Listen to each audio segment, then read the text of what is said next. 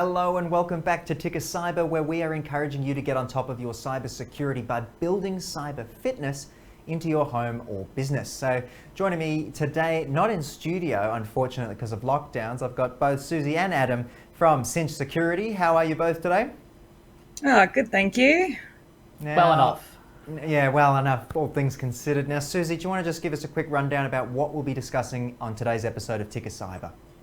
Yeah, absolutely. It's a little bit different this week. So the Australian Cyber Security Centre has warned of an increase in the number of Aussie businesses being attacked by new ransomware Lockbit 2.0. So we'll explain that.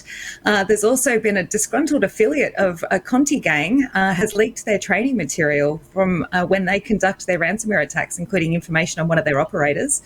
And finally, Apple have flagged a little bit of a shift in their user privacy in order to fight child abuse.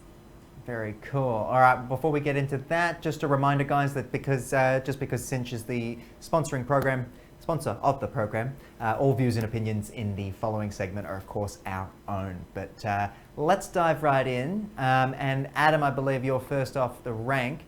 The ACSC, say that 10 times fast, have put another alert on this Lockbit 2.0. What on earth is Lockbit 2.0 all about? Because I've never heard of it. We're going to be pretty ransomware heavy today. So okay. Fundamentally, Lockbit 2.0 is a ransomware variant, a little bit like the Delta variant of COVID, I guess you could think of it as. The ACSC is the Australian Cyber Security Centre. So they're kind of the guys in government who look after us and help us do all the right things. Lots of fantastic guidance that comes out from them. And pretty importantly, they're pretty central to everything when it comes to cybersecurity in Australia. So they see all the things that are happening. And if you ever have an incident, just as a business, it's really important to report that to them so that they can stay on top of it and let everyone else know that there's something going on. Now, with Lockbit 2.0, essentially that is a ransomware variant, as I mentioned. And just a quick reminder, ransomware is something that once it's in your system, it will go out and try to lock up all of the information that you have as an organisation or as an individual, and it'll leave you a nice little note to say, hey, if you'd like it back, come and pay us some money or do something for us. Unfortunately, the note doesn't come on paper with all the little magazine snippings and all the other bits and pieces, but they are always out there to try to make it easy for you to get pay them, which is what's important for them. Is really they're just motivated for money primarily. So unfortunately, with the Lockbit 2.0 situation, what we've seen is they're quite indiscriminate. So ultimately, it's more of a piece of software that goes out. Actually, the COVID analogy is not too bad. It just doesn't really care. It's used and it goes out and will infect whatever organisation it can. And what ACSC have flagged is that they're seeing an increasing number of organisations being targeted and impacted and infected with this particular ransomware type. Couple of reasons for that. One is that some of the other ransomware gangs and or platforms have shut down recently.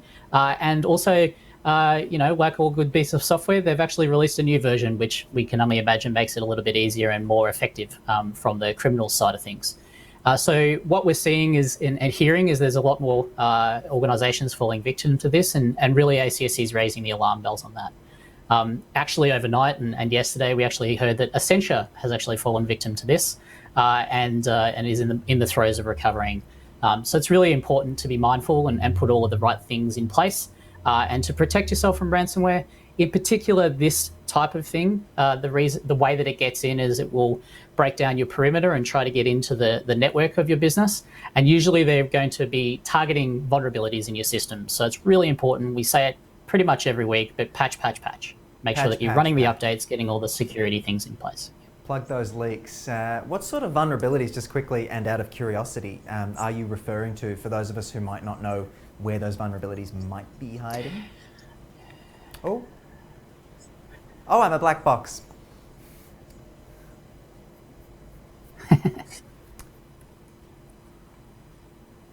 Rick's just making the magic happen. Good question, by the way, Mike. Great question. Yeah. That's fine. Ready?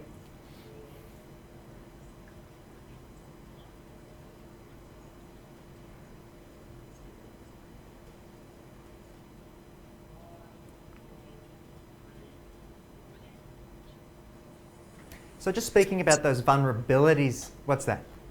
Oh, now it's Melbourne lockdown. Speaking of ransomware attacks, no worries.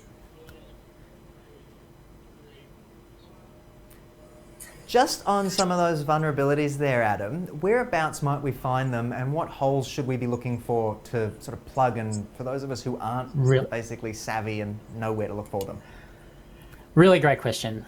So these are the things that are going to be internet facing. So anything to do with your business or whatnot that's accessible to someone with an internet connection, they're the places that primarily they're going to be starting from. So if you have a firewall, if you're remotely logging into your office, any systems that allow you to remotely get into your business, they're the ones that are primarily being targeted and will allow someone to get into your environment to drop Lockbit 2.0 or any other ransomware variant and lock your systems up. So really importantly to patch all of that stuff that's on the what's usually called the edge of your business, or the stuff that allows you to get into things. Patching really important, but also equally don't just rely on a password to get into things. So another thing that we mention all the time, put something else on top of your password. So multi-factor authentication, get an extra code in there, make it more difficult for someone if they do happen to find the entry to your business, make it really hard for them to get in there by asking them for a couple of things to get in that. Lastly as well, if they do happen to get in there, see if you can kind of isolate them off. So people, whenever you're providing some remote access into your systems, look if you can control that and limit the ability for them, once they're in, to actually get into everything. So to try to restrict it to just those things that are really fundamental for anyone in your team to be able to actually get access to. Great rundown there. So, Susie, speaking of ransomware and unpacking all this stuff, it seems as though some of these hackers have their own internal problems going on. No honor amongst thieves, it looks like. What have you guys seen? Yeah, that's spot on. It's, so the Conti ransomware gang is a very well-funded and well-known criminal organisation who run what is known as ransomware as a service around the globe. So this week, a disgruntled Conti affiliate has leaked the gang's training material when conducting attacks, including information about one of the operations. So the Conti ransomware operation, as I said, is ransomware as a service. So this is where the core team manages the malware and the actual the software at the heart of it, while recruited affiliates perform the actual network breaches and encrypt the devices. So as part of this arrangement, the core team earns 20 to 30% of a ransomware payment, while the affiliate earns the rest. It's all a very sophisticated situation and organisation. What we found is about a week ago, a security researcher shared a forum post created by an angry Conti affiliate who publicly leaked information about the ransomware operations. So this information included IP addresses, which now we can use to actually block these kinds of attacks, as well as numerous tools, training materials, manuals. They posted the materials saying that he was paid only $1,500 as part of an attack, while the rest of the team are making millions. So definitely no honour amongst thieves here. And in a subsequent post, the affiliate shared archives containing just tons and tons of files, including hacking tools, manuals written in Russian, training materials, help documents. So it really just goes to show, first of all, the maturity of these organisations. If they have, help manuals and training manuals and materials, then you really can't rely on just, well, they're not going to attack me, because they're going to attack everyone, as Adam says, but also illustrates the vulnerability of ransomware as a service operations. They do have singly unhappy affiliates in there as well, and could lead to the exposure of their own operations. Now, whilst this is a bit of a feel-good story for those of us on the good side of things, to hear that for once the likes of the Conti gang are falling victim to their own sorts of attacks, it does have lessons for Australian businesses as well. So you always need to keep in mind that disgruntled employees or contractors that do have access to your systems and your data, they could take steps to cause damage or to steal your items as well. So making sure that you take steps to restrict access to protect your own business is really, really important, and a good lesson for all of us to take away, and as well as a little chuckle. That's like an anarchist's cookbook for cybersecurity. It's sort of interesting to see. And as we've discussed on the show before, these teams have call centers and manuals now. So it's sort of, you can start to see, as you've mentioned, the profound nature of the work that they're doing. But you mentioned encryption in there. What is encryption? Can one of you guys break this down for me? Because this word comes up more often than not, and I still, for the life of me, couldn't tell you what encryption is. Yeah, I mean, basically, encryption is a way of masking data. So, you think about wrapping it up in a very thick blanket, except that thick blanket is made up of numbers and sort of an unbreakable tool. So it's a way of wrapping something up so that somebody can't see what's inside. That's the easiest way to think of what encryption is. I like the easy ways. Thank you, Susie. Oh, you got to dumb it down for me sometimes. But Adam, let's talk about Apple briefly. A new approach to privacy in the last week. I understand they're looking into boosting their security or checking their iCloud privacy. It's an interesting situation. So Apple, for many of us in the industry, has always been a bit of a stalwart when it comes to privacy and security, and they still are. None of what they're talking about or changing this week is really undermines that dramatically, but it does raise a few questions about where things may head.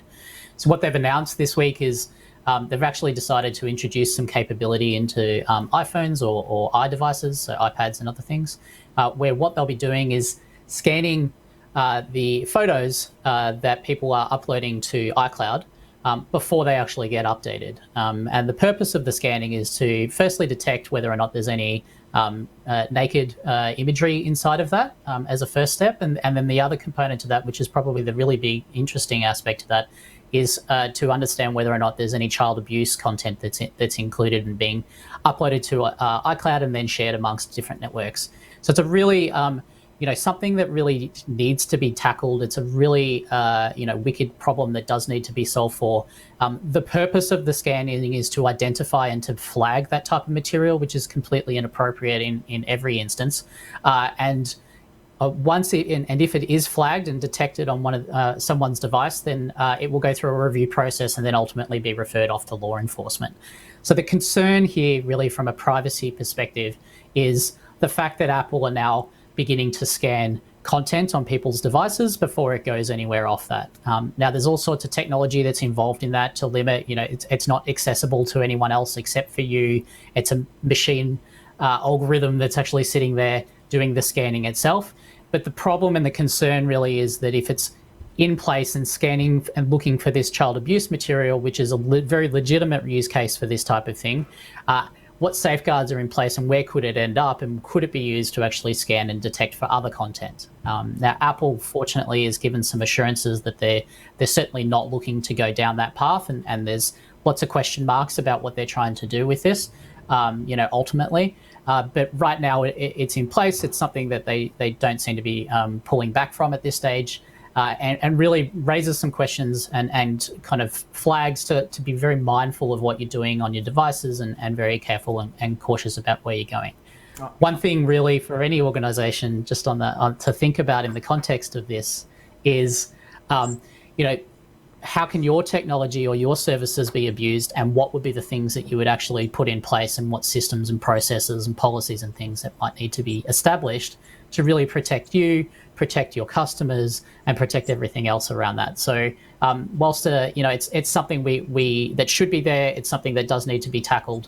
The lessons for all of us are to really think about some of these harms that could befall us with technology, and what would or could we do about that. I've probably agreed to some privacy thing already. I've one of those terms of service things where I just click, on the iTunes like I used to do. But it's interesting. You've almost got to get into the mind of the other guys, which is kind of what you guys do. Is that right, Susie? Is that sort of where you guys are coming from? Yeah, I mean, we spend an awful lot of our time trying to figure out what's the next move that the bad guys are going to make, and then reverse engineer that and think, okay, as a business owner, what can I do to stop that from occurring? So that's definitely where we spend an awful lot of our time thinking about and traversing in this space. And just on that, how would you go about summarising today's episode? I know we always cover these sort of scary topics, but it's always important to unpack the sort of relief side of it and go, there is hope. There is ways to manage it. Absolutely. And Adam already summarised them before. So, first of all, patching everything, making sure that everything that you're using is up to date. In particular, updating old devices that might be a little bit old. Think about buying new ones. Enforcing multi-factor authentication wherever you possibly can. And using good, strong, unique passwords. Love it. Love it. You guys always bring some great stories. Thank you so much for joining me on this episode of TICKER Cyber, and I look forward to seeing you guys again next week. Thanks, Mike. Thanks, Mike. Easy done, Susie and Adam there. So, of course, today's episode was presented by the team over at Cinch, and if you'd like to learn more, head over to their website and you can find out how Cinch will keep you on top of today's threats, some of which we discussed today, so that your business will continue to grow tomorrow. I'm Mike Loder. Thank you so much for joining me on today's episode of TICKER Cyber, and I look forward to seeing you again soon.